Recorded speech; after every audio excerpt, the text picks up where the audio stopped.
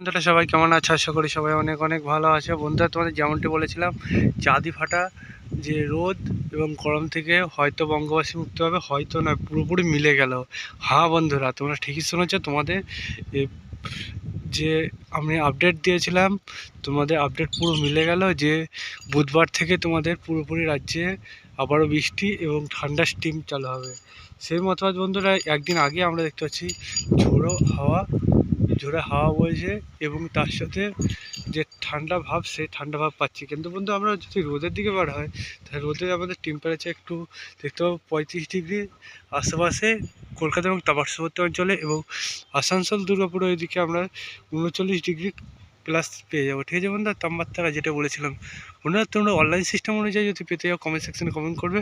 তোমরা online system অনুযায়ী তাহলে দেখিয়ে দেবো।